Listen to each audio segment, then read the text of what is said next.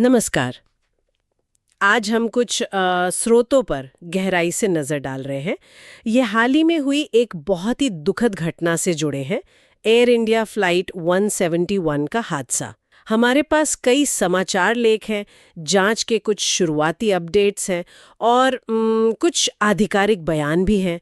हमारा मकसद सीधा है, इन सब स्रोतों से जो महत्वपूर्ण जानकारी है वो निकालना। मतलब असल में हुआ क्या था, इसका असर कितना भयानक रहा और अब आगे क्या हो रहा है। चलिए इसी पर आज विस्तार से बात करते हैं। तो ये कहानी है 12 जून 2025 की।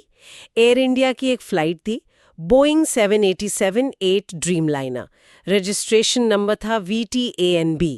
ये अहमदाबाद से लंदन गैटविक जा रही थी, लेकिन टेक ऑफ के आप मानिए बस कुछ ही सेकंड बाद ये विमान क्रैश हो गया। रिपोर्ट्स के मुताबिक, जैसे अल जजीरा और टाइम्स ऑफ इंडिया ने बताया, ये विमान फ्लाइट AI 171 ये सरदार वल्लभ भाई पटेल अंतर्राष्ट्रीय हवाई अड्डे से बिल्कुल टाइम पर उड़ा था। हाँ, मतलब शुरुआत में सब ठीक लग रहा था। हाँ, पर ये ठीक वाली स्थिति ज्यादा देर रही नहीं। उड़ान भरने के महज 30 से 40 सेकंड के अंदर ही, जब विमान मुश्किल से 625 फीट करीब 190 मीटर की ऊंचाई पर था, तभी पायलटों का कंट्रोल विमान से चला गया। और ये सिर्फ कंट्रोल जाना नहीं था, असल में विमान गिरा कहाँ, ये भी बहुत भयानक बात है। ये कोई खाली जगह नहीं थी। विमान सीधे अहमदाबाद के मेघानी नगर इलाके में गिरा, जो कि एक बहुत घनी आबादी वाला रिहायशी क्षेत्र है। हाँ, और वहां भी वो सीधे बीजे मेडिकल कॉलेज के हॉस्टल ब्लॉक पर गिरा। तो आप सोच सकते हैं कि जमीन पर कितना नुकसान हुआ होगा। बिल्कुल। और एक और बात जो टाइम्स ऑफ इंडिया की रिपोर्ट में थी, जो काफी परेशान करने वाली है, उन्होंने बताया कि कम्युनिकेशन टूटने से ठीक पहले विमान से एक मेडे कॉल जारी हुई थी। मेडे कॉल? अच्छा। हाँ, मतलब एक इमरजेंसी सिग्नल। जी। इससे तो यही लगता है कि कॉकपिट में जो क्रू थे, उन्हें शायद आखिरी पलों में ये पता चल गया था कि हालात बहुत बिगड़ चुके हैं। हाँ, कि स्थिति नियंत्रण से बाहर है। हाँ। अब बात करते हैं इसके असर की, जो बहुत ही विनाशकारी था। जो जानकारी मिली है उसके हिसाब से विमान में कुल 242 लोग थे। इनमें 230 से ज्यादा तो यात्री थे और 12 क्रू मेंबर्स। और जो आंकड़े सामने आए हैं वो वाकई दिल दहला देते हैं। टाइम्स ऑफ इंडिया ने साफ लिखा है कि विमान में सवार 242 लोगों में से 241 की मौत हो गई। 241? हाँ, ये आंकड़ा अपने आप में बताता है कि ये कितनी बड़ी त्रासदी थी। ये यकीन करना मुश्किल है, लेकिन शायद किसी चमत्कार की ही तरह सिर्फ एक व्यक्ति इस हादसे में जीवित बचा। एक? हाँ, सिर्फ एक। टाइम्स ऑफ इंडिया ने उनकी पहचान भी बताई है। सीट 11A पर बैठे थे विश्वेश कुमार रमेश। ये भारतीय मूल के ब्रिटिश नागरिक हैं। अच्छा, ये तो वाकई अविश्वसनीय है। हाँ, इतने भीषण हादसे में किसी का बच जाना। बिल्कुल। लेकिन जैसा हम पहले कह रहे थे, ये हादसा सिर्फ हवा तक ही सीमित नहीं रहा। विकिपीडिया और दूसरी रिपोर्ट से भी ये साफ है कि विमान जमीन पर गिरा, आबादी वाले इलाके में। जी।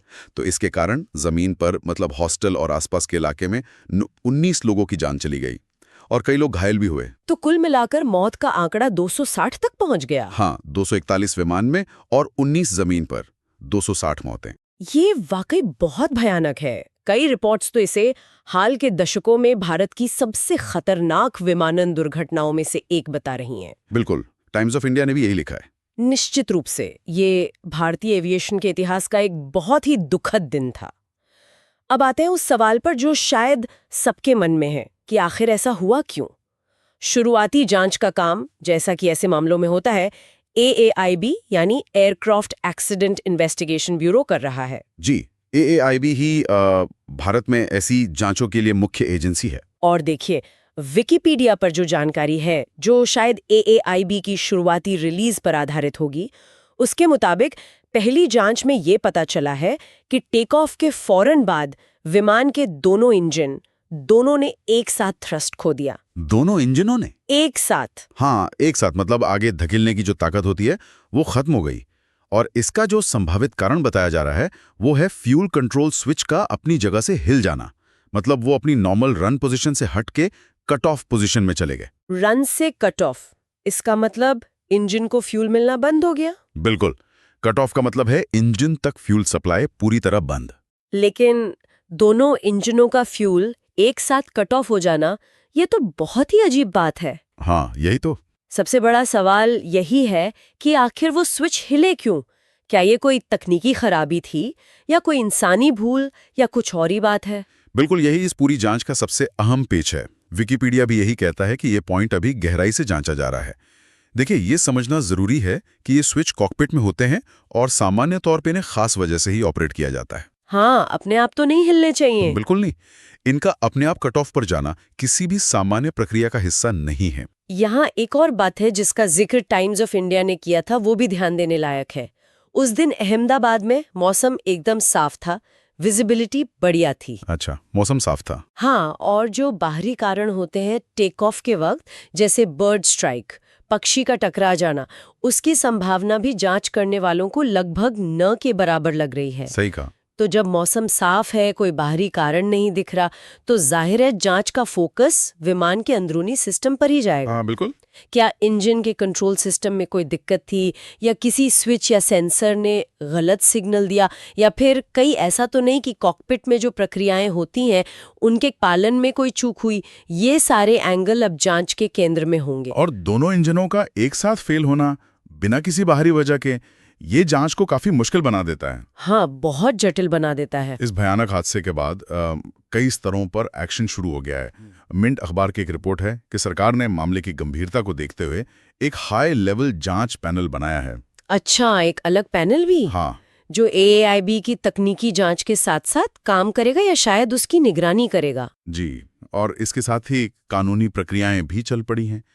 टाइम्स ऑफ इंडिया ने बताया है कि भारत के सुप्रीम कोर्ट में कुछ याचिकाएं दायर हुई हैं। याचिकाएं किस लिए? इन याचिकाओं में मांग की गई है कि इस दुर्घटना की एक स्वतंत्र मतलब इंडिपेंडेंट जुडिशियल जांच हो। अक्सर ऐसी बड़ी त्रासदियों के बाद इस तरह की मांगें उठती हैं। हाँ, ताकि पूरी पारदर्शिता रहे। बिल्कुल। और जांच पर किसी तरह का कोई बाहरी दबाव ना हो। जवाबदेही तय करने के लिए ये जरूरी समझा जाता है। तो इन सब जानकारियों को अगर हम जोड़ कर देखें तो क्या तस्वीर सामने आती है? जाहिर है इस एक हादसे ने एविएशन सेफ्टी को लेकर कई गंभीर सवाल खड़े कर दिए हैं। हाँ, बिल्कुल। बोइंग 787 ड्रीमलाइनर जैसे विमान, जिन्हें काफी आधुनिक और तकनीकी रूप से उन्नत माना जाता है, उनकी प्रणालियों की विश्वसनीयता पर भी अब सवाल उठ रहे हैं। निश्चित रूप से। और सिर्फ तकनीकी नहीं, पायलटों की ट्रेनिंग कैसी है, कॉकपिट में प्रोसीजर का पालन कितना सख्ती से होता है, और जो रेगुलेटरी बॉडीज हैं जैसे DGCA, वो एयरलाइंस और उनके मेंटेनेंस की निगरानी कितनी प्रभावी ढंग से कर रही हैं। हाँ, ये सब पहलू अब जांच के दायरे में आ गए हैं। और ये जो फ्यूल कंट्रोल स्विच वाली बात सामने आई है, वो तो खास तौर पर चिंताजनक है, क्योंकि ये विमान के एक बहुत ही बेसिक और क्रिटिकल कंट्रोल से जुड़ा हुआ है। तो आज हमने एयर इंडिया फ्लाइट 171 से जुड़े इन विभिन्न स्रोतों को खंगालकर क्या समझा? हमने देखा कि कैसे एक सामान्य सी लगने वाली अंतर्राष्ट्रीय उड़ान शुरू होने के बस कुछ ही पल बाद एक ऐसी भयानक त्रासदी में बदल गई जिसने विमान में सवार लगभग सभी लोगों की जान ले ली। और सिर्फ विमान में ही नहीं। हाँ, और जमीन पर भी कई मासूम जानें चली गईं। ये दिखाता है कि हवा में सुरक्षा कितनी नाजुक हो सकती है। हमने ये भी देखा कि शुरुआती जांच किस तरफ इशारा कर रही है।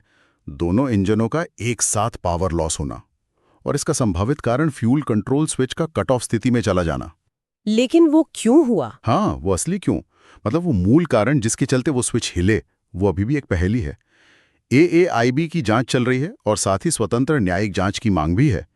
तो लगता है कि अंतिम निष्कर्ष तक पहुंचने में अभी समय लगेगा। ये घटना हमें बार बार याद दिलाती है कि विमानन सुरक्षा कितनी जटिल चीज है। ये सिर्फ टेक्नोलॉजी का मामला नहीं है, इसमें एडवांस टेक्नोलॉजी है, सालों से बनी प्रक्रियाएं हैं, मेंटेनेंस के मानक हैं। हाँ, और सबसे जरूरी मानवीय पहलू। ये सब मिलकर काम करते हैं। इनमें से कोई एक कड़ी भी अगर कमजोर हो जाए या टूट जाए तो नतीजे कितने भयावह हो सकते हैं। और अंत में एक सवाल शायद हम सबके सोचने के लिए छोड़ सकते हैं कि जब ऐसी विनाशकारी घटनाएं होती हैं जहां तकनीकी खराबी और मानवीय प्रक्रियाओं के बीच की जो लकीर है वो धुंधली सी लगने लगती है, तब सच तक पहुंचने के लिए पूरी तरह से स्वतंत्र और पारदर्शी जांच कितनी ज्यादा जरूरी हो जाती है। सिर्फ ये जानने के लिए नहीं कि हुआ क्या था, बल्कि उससे भी ज्यादा भविष्य में ऐसी त्रासदियों को दोबारा होने से रोकने के लिए सही सबक सीखने के लिए। ये पारदर्शिता और स्वतंत्रता शायद अनिवार्य है।